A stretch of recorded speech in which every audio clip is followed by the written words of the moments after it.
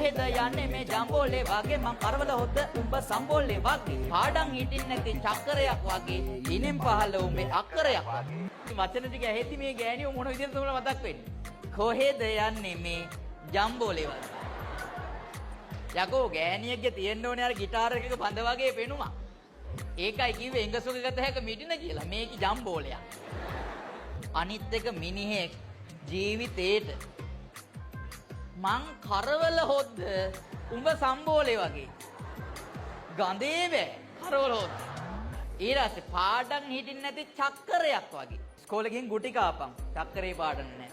හරි ඒක පැත්තක තියපන්කෝ ඉනෙන් පහළ අනේ අර තොටගම්මේ හාමුදුරුවෝපවා කිව්වේ පුතේ